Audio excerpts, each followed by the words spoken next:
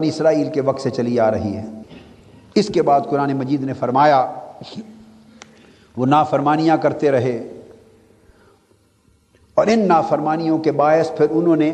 بچھڑے کو اپنا معبود بنا لیا۔ جب میں نے ذکر کر دیا تھا جب موسیٰ علیہ السلام طور پر گئے تو پیچھے بچھڑے کو معبود بنا لی، آگے تفصیل سے ذکر آئے گا۔ مختصر یہ کہ وہ بچھڑا کیا تھا اور معبود کیسے بنایا، مختصر اتنی بات سمجھ لیں کہ موسیٰ علیہ السلام اللہ رب العزت کے حضور گئے کوہ طور پر چلہ اعتکاف کرنے کے لیے۔ اللہ پاک نے فرمایا موسیٰ علیہ السلام میں تمہیں کتاب دیتا ہوں اور اپنے کلام سے سرفراز کرتا ہوں، مگر طور کے دامن میں کچھ دن اور کچھ راتیں میرے حضور خلوت بیٹھ۔ یہاں ایک نکتہ معلوم ہوتا ہے کہ خلوت میں برکت ہوتی ہے کہ جب انسان کچھ خلوت گزینی کرتا ہے تو پردے اٹھتے ہیں، خلوت گزینی کرتا ہے تو پردے اٹھتے ہیں۔ خلوت گزینی کیا ہے کہ آدمی کچھ عرصے کے لیے مخلوق سے پردہ کرتا ہے، مخلوق سے بولیے، تو جب انسان مخلوق سے کچھ عرصے کے لیے پردہ کرتا ہے تو مولا اپنا پردہ کچھ عرصے کے لیے ہٹا لیتا ہے۔ ادھر سے پردہ جب انسان کرتا ہے تو ادھر سے پردہ ہٹ جاتا ہے، بس اتنا ہی حساب ہے۔ اس لیے انبیاء علیہ السلام پر جس پر بھی خاص کچھ عرصے کے لیے خصوصی نعمت کی گئی اسے کچھ عرصے کے لیے خلوت بٹھایا گیا۔ سیدنا زکریا علیہ السلام کا ذکر آتا ہے، کبھی خلوت بٹھایا کبھی چپ کروا دیا، تو موسیٰ علیہ السلام کو اعتکاف کے لیے بلایا، واپس آئے تو سامری ایک جادوگر تھا، اس نے لوگوں کو بچھڑا بنا کر سونے کا وہ بولنے لگ گیا اور اس کی پوجا پہ ڈال دیا کہ یہ تمہارا خدا ہے، وہ پوجنے لگ گئے۔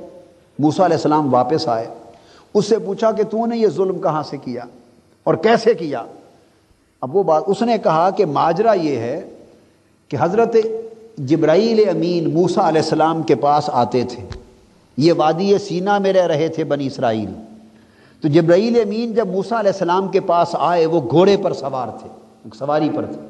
بلانے کے لیے کہ اے موسیٰ اللہ پاک نے فرمایا ہے کہ چند دن وادی ایمن میں یعنی کوہ طور کے دائیں جانب آ کے میری قربت میں خلوت بیٹھ۔ تو جب بلانے آئے اور واپس گئے تو وہ گھوڑا جس پر جبرائیل امین سوار تھے اس صحرا میں، ریتلے صحرا میں جہاں قدم پاؤں رکھتا تھا وہیں سبزہ اگاتا تھا، چونکہ جبرائیل امین سوار تھے، گھوڑا جہاں قدم رکھتا تو گویا وہ ملائکہ میں سے رسول ہیں نا، تو ان کی برکت سے گھوڑے کے پاؤں تک یہ تاثیر چلی گئی، وہ گھوڑے پر سوار تھے، گھوڑے کے قدم زمین پر تھے، گویا وہ مس ہو رہے تھے گھوڑے سے اور گھوڑا مس ہو رہا تھا زمین سے، تو جہاں جہاں گھوڑے کے قدم لگتے، قدم اٹھتا تو مردہ زمین زندہ ہو جاتی۔ سبزے کا اگانا صحرا میں مردہ زمین کے زندہ ہونے کی علامت ہے۔ سامری سمجھدار آدمی تھا، جادوگر تھا، وہ پا گیا راز، اس نے اس جگہ سے مٹی اٹھائی اور وہ جو زیورات ڈلوا دیے تھے اس نے بنی اسرائیل کے سارے اور جلا کر وہ سونا بن گیا تھا، اس سے ایک بچھڑا تراشا اور اس مٹی کو اس کے منہ میں ڈال دیا، بس وہ مٹی اس بچھڑے کے منہ میں پڑنے کی دیر تھی کہ وہ بولنے لگ گیا، زندہ ہو گیا۔ تو یہاں سے ایک نکتہ معلوم ہوتا ہے کہ اللہ رب العزت کی خاص نعمتوں والے جو افراد اور برگزیدہ لوگ ہوتے ہیں، جن چیزوں سے وہ مس کرتے ہیں ان کے مس سے بھی یہ کیفیت پیدا ہو جاتی ہے کہ جہاں وہ قدم رکھتے ہیں وہ زمین، وہ مٹی، وہ جگہ، وہ فضا حیات بخش ہو جاتی، زندگی دیتی۔ یہی کیفیت حضرت خضر علیہ السلام اور موسیٰ علیہ السلام کے ساتھ ہوئی تھی کہ یوشع بن نون جب مچھلی بھول گئے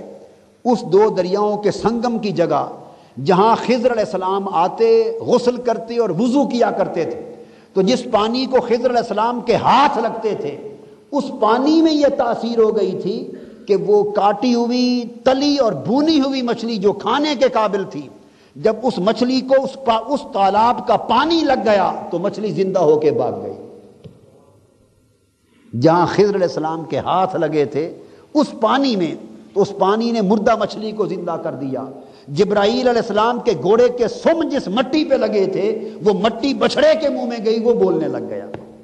یعنی یہ دو تاثیرات بیان ہوتی ہیں، اشارہ اس امر کی طرف ہے کہ اللہ رب العزت کی نعمتیں جن افراد کو نصیب ہوتی ہیں ان کے اندر حیات بخشی کی کیفیت پیدا ہو جاتی. اس لیے اللہ والے جن کے قلوب پر اور جن کے قلب و باطن پر اللہ رب العزت کے انوار و تجلیات کا ورود ہوتا ہے اور مالائے اعلیٰ سے تجلیات آتی ہیں اور فیوضات الہیہ کا نزول ہوتا رہتا ہے، رب کائنات کے جن بندوں کا تعلق مالائے اعلیٰ سے قائم ہو جاتا ہے تو ان کے قلب و باطن اور ان کے وجود اور نفوس قدسیہ میں یہ تاثیر پیدا ہو جاتی ہے کہ جو لوگ ان کی مجلس میں آتے ہیں اور جن کے دلوں پر ان کی نگاہ پڑ جاتی ہے، اگر ان کے دل مردہ ہوں تو وہ بھی زندہ ہو جاتے ہیں. یہ اہل اللہ کی مجلس کی برکت ہوتی ہے، یہ اہل اللہ کی صحبتوں کا فیض ہوتا ہے، یہ ان کی صحبتوں کا فیض ہوتا ہے. یہ ایک طویل موضوع ہے، آگے کوئی مقام آیا تو انشاءاللہ اس پہ روشنی ڈالوں گا. تو بچھڑے کی بات کی کہ بچھڑے کی پوجا کیسے شروع ہوئی. انہوں نے دیکھا کہ سونے کا بچھڑا بول رہا یہ خدا ہوگا، تو موسیٰ علیہ السلام نے آ کر پوچھا. خیر اس پر پھر انہیں سزا ہوئی، ہزارہ افراد کی جانیں تلف ہوئی اور جا کے معافی ہوئی. اب یہاں قرآن مجید فرماتا ہے وَأُشْرِبُوا فِي قُلُوبِهِمُ الْعِجْلَ بِكُفْرِهِمْ، وہ جو پے در پے انکار کرتے تھے اللہ کے احکام کا، ان کے انکار و کفر کی وجہ سے ان کے دلوں میں بچھڑے کی محبت رچا دی گئی. یہ بات توجہ طلب ہے. وَأُشْرِبُوا فِي قُلُوبِهِمُ الْعِجْلَ بِكُفْرِهِمْ، ان کے دلوں میں ان کے کفر اور انکار کے باعث بچھڑے کی محبت رچا دی گئی. یہاں سے یہ بات معلوم ہوئی کہ بعض اعمال اتنے برے ہوتے ہیں جب انسان اللہ کی نافرمانی کرتا ہے، مسلسل سرکشی کرتا ہے اور اللہ کے احکام کی تعمیل نہیں کرتا، تو بعض اعمال کی یہ نحوست ہوتی ہے اور بعض اعمال سیئہ اور بعض نافرمانیوں کا یہ بد اثر ہوتا ہے کہ ان کی وجہ سے دلوں سے اللہ کی محبت نکل جاتی ہے اور غیر کی محبت راسخ ہو جاتی ہے. یہ انسان کے اپنے بعض برے اعمال اور نافرمانیوں کے باعث دلوں میں کسی بری چیز کی محبت، خواہ وہ مال و دولت کی محبت ہو جیسے بچھڑے کی محبت تھی، خواہ وہ دنیا کی محبت ہو، خواہ وہ اور دنی اور گھٹیا چیزوں کی محبت ہو، خواہ کوئی ایسی محبت ہو جو انسان کو اللہ سے دور کر دے، اللہ کے رسول سے دور کر دے، دین سے دور کر دے، آخرت کو بھلا دے اور دنیا میں ڈبا دے. تو گویا بعض برے اعمال نافرمانیوں کی وجہ سے دلوں میں غفلت ڈال دی جاتی ہے اور وہ غفلت بھی بعض اوقات انسان کی اپنی بد اعمالیوں کی سزا ہوتی ہے. تو وہ غفلت، وہ دنیا کی محبت یا آخرت سے بے فکری یا اللہ کی محبت سے دوری اور دین سے دوری، یہ جو دل کی کیفیت ہو جاتی ہے اور دل میں سختی اور قساوت آ جاتی ہے اور بدبختی آ جاتی ہے، یہ اس وقت تک پھر دور نہیں ہو سکتی جب تک ان نافرمانیوں کو اور غفلتوں کو اور برے اعمال کو زندگی سے ختم نہ کیا جائے. تو بعض اعمال کا نتیجہ یہ چیز ہوتی ہے. اب اللہ رب العزت نے اس کے بعد آگے فرمایا 44ویں حکم کے طور پر قُلْ إِنْ كَانَتْ لَكُمُ الدَّارُ الْآخِرَةُ عِنْدَ اللَّهِ خَالِصَةً مِّن دُونِ النَّاسِ، وہ یہ بھی کہتے تھے کہ آخرت ہمارے لیے مختص کر دی گئی، جنت ہمارے لیے ہے. جیسے ہم بھی اس ذوم میں مبتلا رہتے ہیں، ہم بے پرواہ ہو گئے آخرت سے، جہنم کے عذاب سے نڈر ہو گئے، آخرت کی جواب طلبی سے نڈر ہو گئے، ہمیں آخرت کا خوف نہ رہا، اللہ کے حضور پیش ہونے کا ڈر نہ رہا اور دوزخ کی دہکتی ہوئی آگ کا کوئی خوف و خطر نہ رہا. ہم شیر ہو گئے اور ہمارا یہ خیال ہے ہم نے جنت میں ہی چلے جانا ہے. اسی بے فکری نے ان کو بھی تباہ کر دیا تھا، یہ بے فکری ہمیں بھی تباہ کر دے گی.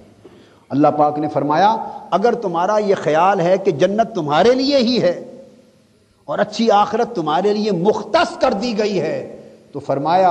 فَتَمَنَّوُا الْمَوْتَ إِن كُنتُمْ صَادِقِينَ، پھر تم موت کی تمنا کرو اگر سچے ہو.